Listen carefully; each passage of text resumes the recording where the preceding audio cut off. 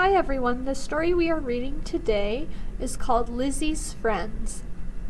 It is realistic fiction, which means it could be real, but this time it's just a story. And it says, what traditions do you know about? Read about a family tradition that helps a girl make friends. Lizzie was a new girl at school. Nobody talked to her. Nobody smiled at her. At the playground, Lizzie stood on the merry-go-round by herself. Because Lizzie ate lunch alone, she was finished before lunchtime was over. Since she didn't have anything else to do, Lizzie took the lunch menu in front of her and began to fold it. Soon she had made a little paper crane. "Hello," Lizzie said to the paper crane. "I will call you Menu, and you will be my friend." And to her surprise, Menu opened its eyes and blinked at her. Menu looked to the right, then to the left, and fluttered up with its paper wings. The rest of the day, Lizzie smiled a secret smile. "Did you make any friends in school today?" Mommy asked when Lizzie came home. "Well," Lizzie said, patting Menu in her pocket, "I did make one friend." "Good," Mommy said. "I'm sure you'll make more tomorrow." After she did. And she did. The next day, Lizzie made lots of friends. Her friends went with her everywhere. So I see a giraffe and looks like a fox, a cat, a bunny, some chicks. Very fun.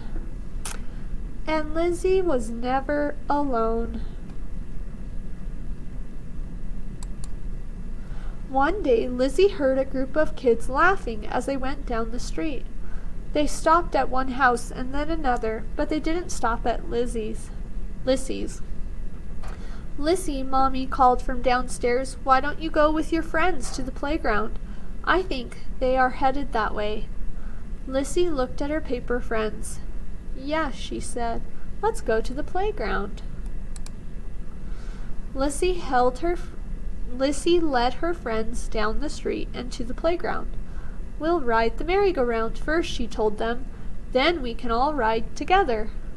So all the paper animals crowded onto the merry-go-round, and Lizzie began to push it. Round and round Lizzie pushed. She ran so hard she didn't see that her friends were having a difficult time staying on. Swoosh! The paper giraffe flew, then the paper elephant and the rabbit. A strong wind caught them and carried them up into the sky. When Lizzie jumped on, the merry-go-round was empty. She looked up and saw her paper friends flying away. "No, come back," Lizzie cried. But they couldn't. "No more friends," Lizzie said, and she sat down on the merry-go-round and covered her face with her hands. "Hey, is this yours?" a voice asked. Lizzie looked up. There was a girl holding a paper crane. "Menu." "It's neat," the girl said. "Did you make it?" Lizzie looked at the girl. She was smiling at her. Lizzie nodded. "Can you show me how?" the girl asked. "I'm Paige." Paige came over to Lizzie's house, and Lizzie showed her how to make a paper crane. Then they made a paper fox and dragonfly.